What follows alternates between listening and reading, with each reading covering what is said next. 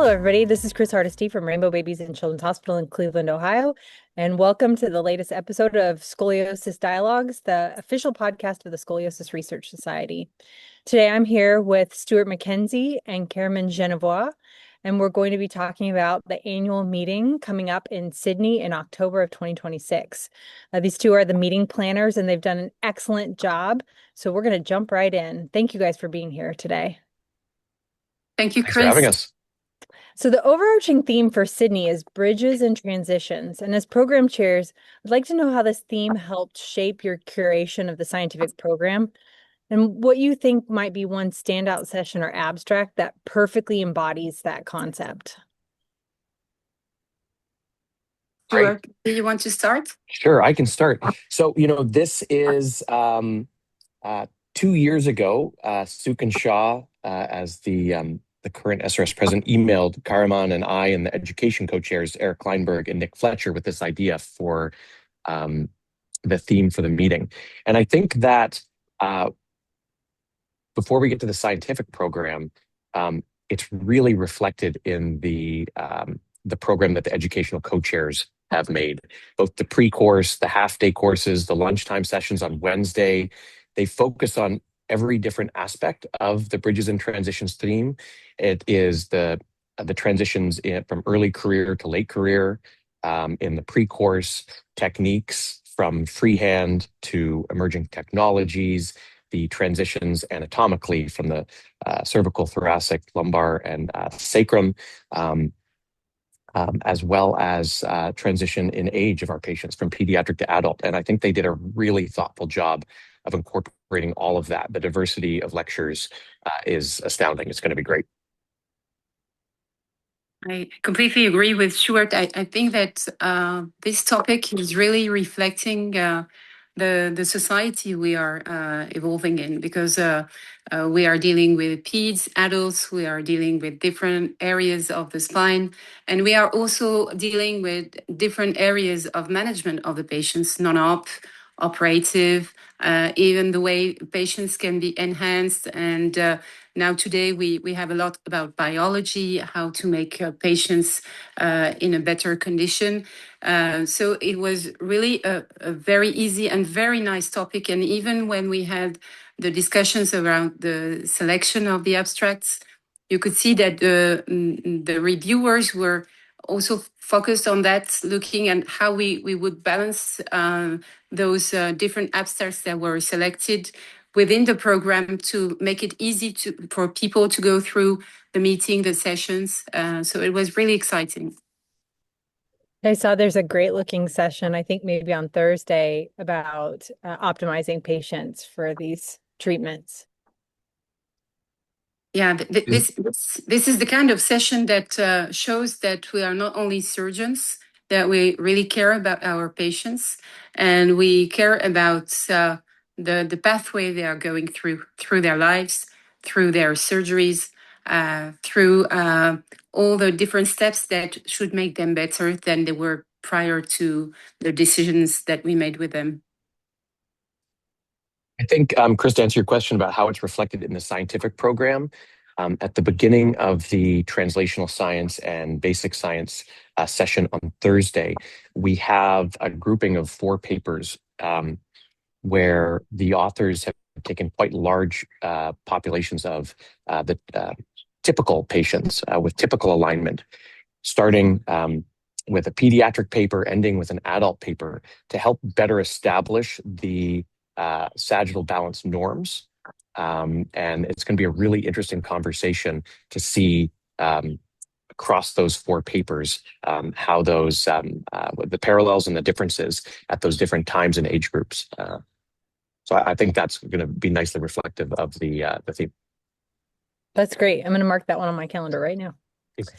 And we also have some papers, Chris, that are really, it's the hazard, but we had papers that were about Scheuermann in peds, and then papers in adulthood, and the same for AIS. We tried to put them close together so people could hear about what happens in the future and how are these patients when we treat them, and then after a couple of years, but also if we don't manage them, what they become and how hard can be the treatment. So it makes really sense to answer to many questions that we can ask ourselves when we have a patient who is deformed, but maybe is in a good condition, and we have to discuss with him or her about doing a heavy surgery while they are quite doing well. So this is the magic of this program, because we had many situations like this where we thought, okay, bridges, but the bridges are built by the papers of people who sent us very nice papers, and that was cool. I think there's such an appetite for people who treat early onset scoliosis and even adolescent scoliosis to not only see what the outcomes are in the future, but then, as you said, be able to tell families what to expect. And it's hard to do that based on previous treatment because it was so different than what we do currently. So I'm very excited to see those sessions. All right. So we have a really great dynamic with the two of you leading the charge, since you're from different regions of the world. And spinal deformity surgery historically has deep, distinctive roots in global traditions. How did you guys put your diverse global perspectives together, and how did those influence debates as you assembled this global program? And what topics do you think might be relevant in the global community right now? Oh, that's a hard question. Sorry. I thought we were doing easy questions. I asked the tough ones. I would say it was very easy to work with Stuart. He's a very hard worker, and he's very open to different ways of thinking. So I didn't feel that we were from different parts of the world. We were just spine surgeons with our own expertise, and it was easy to talk together. Maybe because Stuart is a bit French, I heard. So maybe it helps a little bit. French Canadian. Wait, isn't there a lot of Scottish in your background? There is. Okay. My mom is from Quebec. Oh, I didn't know. Yeah. I think the diversity was maybe in the way we could sense the importance of non-op management and where to place it in the program. We had some discussions like that, Stuart, because Absolutely. I'm from a hospital where we have both. We do both, and I really think that it helps to know exactly what kind of patients you should treat, and because you know different options, and sometimes you can even be the one caring about the patient during all this process. There is a real confidence between you and the patient. It's more easy to treat them and to explain. So it was really important for me to have these non-op papers and to merge them a bit with the rest of the program. And that was the kind of discussions we've had. But for many, many things, I think even if we are far away from each other, we were quite thinking the same way. Yeah, I think that's very true. And we were lucky to have great papers to choose from. You'll see two of the papers Kariman is mentioning in the HIB session. But I think that the reality is that practices do vary quite differently from region to region. And I think what strengthened the program a lot was, my North American perspective, Kariman's French and European perspective. And as we spent a lot of Saturday mornings, the 6-hour time difference, Saturday morning seemed to work well for us. But it was really interesting. There were papers that I had they were good quality papers, but they didn't stand out to me. And Kariman would catch those and vice versa. And I think it was great, and it really strengthened things to debate the value of some of these things that, as an American-based surgeon, I didn't recognize as impactful for our global audience that Kari did. And I think that those exchanges really, really strengthened the program for October. Awesome. Now, every year, it seems like the volume of high-quality abstract submissions goes up, which makes the selection process, of course, really competitive. Now, looking at the final cut for Sydney, what emerging data or clinical trends surprised you the most? And Are we seeing any shifts toward things like machine learning or non-fusion technologies or perhaps adult deformity transitions? I think that uh, last year we actually, the education committee under Ron Lehman, we met and we were wondering if, were we going to see more of these machine learning, emerging tech papers coming to SRS? And I think I'll be interested to hear what you think, Kari, but I saw less than I was expecting, quite frankly. And perhaps that's because the SRS has done a great job of helping differentiate the annual meeting and IMAST. So I think that authors understand that IMAST is really the home for this cutting edge technology debate. Not that you won't see it at the annual meeting. And I think the trends that I saw, I think this might be, you might be able to call this the sagittal annual meeting. There's such a focus this year. You're going to see it across the spectrum, both in the educational content and the scientific program. And that is overwhelmingly the trend that I saw, I think. I again, I agree with Stuart. I had the same fear than you had, or maybe my fear was even higher because I remember I saw a couple of papers with big data last year that sometimes were not complete in the data they were showing because there are so many data. But this year we didn't have so much AI papers. We didn't have so many big data paper, or they were very consistent, like those wonderful papers that we will have on large populations with the standard values that we can use in future research. And I think we also try to have a real debate with the reviewers about the essence of the annual meeting and the role of IMAST, because we know that IMAST is helping in these emerging technologies to show what they can bring us in the future or even today. And we try to keep this guideline,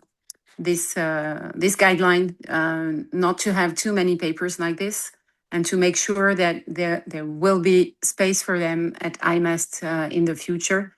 And that helped us to know if sometimes we had papers that were the same quality, if we would hear more about clinical data than only numbers.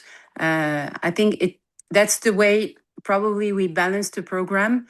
And I don't remember that we had so many papers about machine learning. This is probably the topic that we had less papers about, if I remember well. We have maybe one. So probably people are waiting to have a real clinical question to ask before showing those data. So it means that AI is not taking the intelligence of humans, but the surgeons are still questioning themselves first clinically, and then asking to their data what they want to show. Now let's change topics for a second.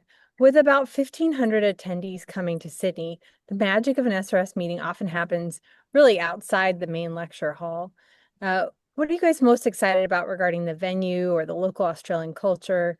Is it network opportunities you think that will make this meeting feel different from previous years? Because this is a very different setting for us. Absolutely. So from my perspective, I think the fact that we're in the harbor in Sydney, the convention center is right down on the water. I think it's going to be very easy to make the most of the meeting and then get out of the meeting and explore Sydney, explore Australia. I am a huge biology nerd, and so the Australia Museum that we're going to for the closing reception on Friday night is especially exciting. It's supposed to be one of the best in the world. It has Australia is so unique, and I think it's going to be a really fun place to have that event.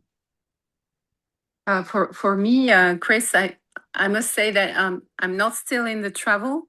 Australia is a new thing for me. I've never been in my life. Will be a long and interesting way to go. I think I would like to thank first the SRS office, because I think it's not easy to organize such meetings and with such quality of organization when it's so far and in a different area. I really think that it's good that SRS travels. We were talking about global warming, and I think it's a real question. But in the same time, it's good to go and approach our colleagues from the other side of the world, because we are a global society, and this will probably help people who are maybe more in difficulty to come to the other side to join us. And it will be very interesting to see different faces, new people maybe that will come for the first time in annual meeting. And we are very happy to welcome them. And we hope that the program we made will be really exciting for them. I'm excited to visit friends that we've had that live in Australia.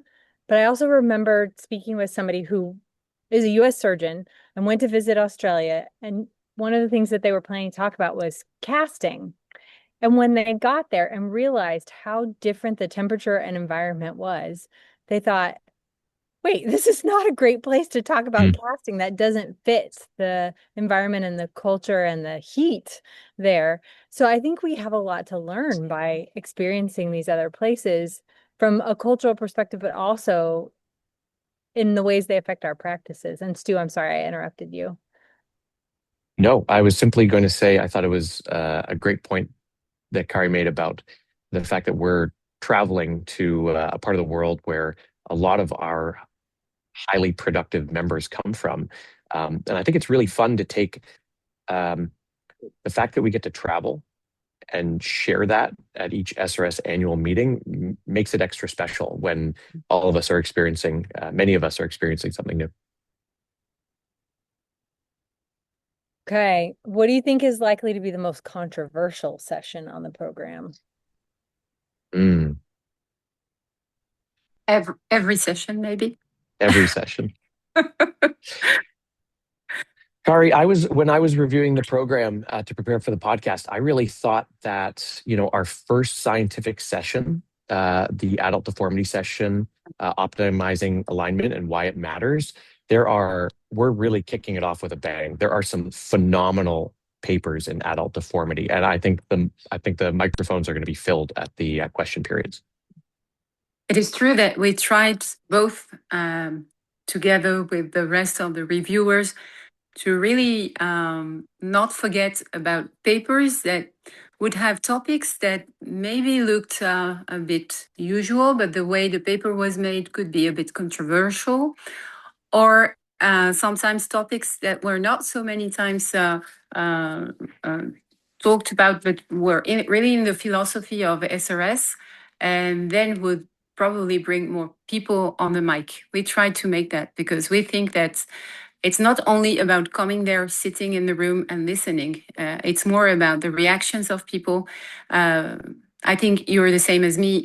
You really remember about a topic when you had 2 or 3 people, big names or people you don't know, that came to the mic and had something really strong to say, or were in a controversy with the one who was presenting. And that's really stimulating in terms of ideas that we bring home, because we come to annual meeting because we want to hear about the latest research, the ideas of other people, but we also want to bring new ideas for ourselves, new research fields to explore. And because we hear people coming to the mic, we hear people talking to each other, that brings us new questions, I think. Very good. Now, can you guys give us a highlight on the big speakers, like the presidential lecture, the steel lecture? What can we expect? Sure. I can start with the steel lecture. So that is going to be on Wednesday night, and it is an author. This is going to be a very Australian experience, a highly celebrated historian and author David Hunt, who, if you'd like a preview, he's got a phenomenal TED Talk online. But he reviews the history of Australia, um, uh, uh, what is prevalent, what has been forgotten, and he does it in an incredibly humorous way. And I think it's going to be a great way to set the tone for the cultural experience of the meeting right at the beginning opening ceremony. I'm really looking forward to it. Are there other big speakers you guys want to highlight? For the Harrington lecture, I'm really excited to hear Dr. Todd Albert speak. His topic of the title of his speech is The View from the Second Mountain, Transitions in Deformity, Career, and Life. And so obviously he's doing a great job paying homage to the theme of the meeting. And I haven't talked to Dr. Albert, but I think this is in reference to concept of the second mountain, which is when, as professionals, we move on from the focus on our own individual pursuits and ego to bettering our community and enriching our relationships. And I can't think of a better person to speak about that in the SRS. I'm really looking forward to it. If you've not heard Todd Albert speak before, I have to say he's an incredible speaker, and I'm very excited to hear that we'll get to benefit from learning from him again. That's awesome. Absolutely. All right. Now, if an attendee can only sit in on one session, workshop, or lecture, what do you think is the absolute can't miss highlight of the 2026 program? The Hibs, come on. Yeah, I agree. The hips. And this year you will have the QR code to vote from the very beginning to make sure that everybody in the room keeps very aware on voting on the best papers. But we try to really balance the program, make it interesting for anyone, from the biologist to the non-operative specialist to the spine surgeon. I guess even if patients were in the room, they would be very interested in what is presented this year. And I just want to clarify for newbies to the SRS that you're speaking of the Hibbs award-winning paper session and not the Hibbs meeting. So if you're new to the SRS, there are two Hibbs sessions. The Hibbs meeting occurs Tuesday before the annual meeting actually starts, but there's an excellent session on best papers. What day is that happening on? Thursday? It's Friday morning, Friday. Bright and early. Yeah, That's we'll right, see you to 8 make you o'clock on fresh. Friday morning. Kari and I will do our best to take you through all the award-winning papers. But the Hibbs meeting on Tuesday is also excellent. It's a great clarification. Thank you. Yeah, no problem. But I think the diversity of topics that we have this year, both in basic science and the clinical science, is amazing. And it's not only the topics that are diverse, but the presenters, it is truly an international crowd. This was all done in a blinded fashion, obviously. And when it became unblinded, it's great to see how many different people we're going to be hearing from, their different backgrounds. It spans the gamut from pediatric to adult. We'll be talking about the impact of non-operative management, some nitty-gritty technical, surgical topics. It really has everything, so I hope everyone can make it. All right, I have rapid fire questions for you guys to end this podcast off. And we have a mixture of some fun stuff, but also some sort of meeting focused questions. So are you fueled by, and these are supposed to be very short answers. Are you fueled by coffee, tea, or adrenaline? Coffee. Coffee too. I don't have my coffee, so I will run to my machine just after that. Okay. I did find when I visited Europe that it was like coffee all day long, and it was amazing. What is your go-to song to pump yourself up before a big case? Sorry. Oh, big question. I think big cases often now start in your office because you try to plan them. You don't plan them just by looking at your x-rays. Now you make like an avatar of your patient. You try to to guess the different options of correction you get. You have different type of implants. So it starts way before the big case. So probably it dilutes the adrenaline that you get in your blood. It makes it even a better feeling when you come to the OR. You feel that you're going to have a good time. I don't know if I answer your question. That's all right. That's a much better answer than one single song. I'll provide some contrast to that. I think Okay. I go through phases, and this is more about my team than me. This summer, 2026, it's BT Boys Radio. Okay. Yeah, That'll a pump little you bit up. of a throwback, but it's fun. Yeah. All right, switching a little more conference focused. If you had a free afternoon in the conference city, are you visiting a local museum or finding hidden gems? I'm going to go off script. I'm going to go for a ride. The Okay. Scoliosis Riding Society will be out in full force in Sydney, and we'll be riding. So come join us. I love bike riding. I'm assuming you're talking about bike riding. Absolutely. And for me, Chris, really, I have no plans usually when I come. It depends who I meet, who brings me somewhere, or if I'm alone. It depends the mood I am. It can be both. Okay. If you were looking at your schedule for the whole meeting, are you somebody who attends all the big sessions or do you sneak away for a little hallway networking? I think we will It be might be a biased question to ask the people planning this meeting. yeah, I think we will be a bit busy in the backward sometimes. So we will be a bit sad not to be in the big sessions all the time. I think that's the right answer. I intend every year to attend all the big sessions, but the problem is there's so many people to catch up with that I'm usually a couple minutes late because conversations go long in the break. So, but I think the intention is to attend those sessions. I hear you. When you're there, are you keeping your Wi-Fi on and keeping up with work emails, or are you guys shut off from work for the meeting? I I usually now have to switch off and to keep the phone and the emails for the breaks, for the lunchtime, because everything is so exciting in the annual meeting program that you're afraid to miss something.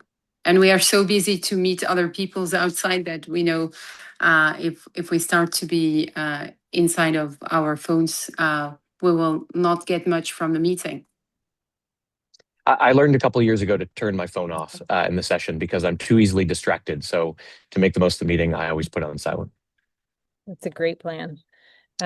When you are thinking about your dress attire for the annual meeting, do you stick to a more professional, step it up a little bit attire, or are you in the conference modern sort of school of thought where hip sneakers are allowed?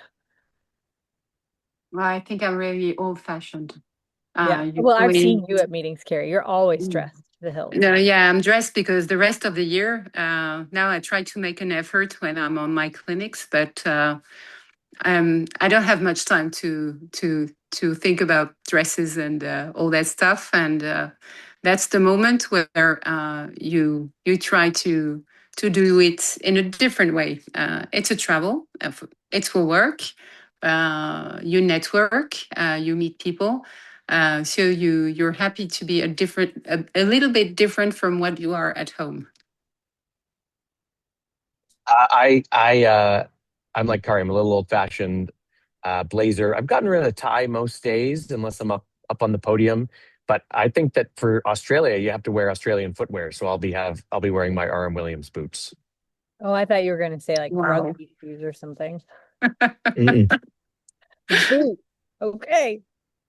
And last but not least, what's your social energy at a meeting? Are you closing down the hotel bar or are you fast asleep by 9:30 because the next day is going to be so packed?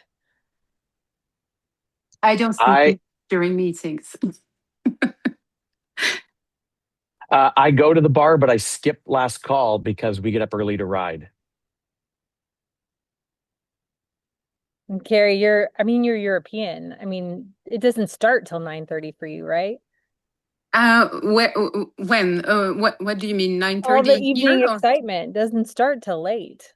Yes, that's true. That's true. And I'm used in our French meetings, but also some of the European ones to meet people in the evenings and to discuss late. And that's a tradition that we have. So this is a tradition I keep wherever I go through this world. All right. Well, this concludes our podcast. I'm really grateful to the two of you for joining us and for planning such an incredible annual meeting. And just as a reminder to everyone, the annual meeting is taking place October 6th through 10th in Sydney, Australia. And we look forward to seeing you there. Thank you again, Stu and Carrie. Thank you Thank you, so Chris. much, Chris. See you in Sydney. See you.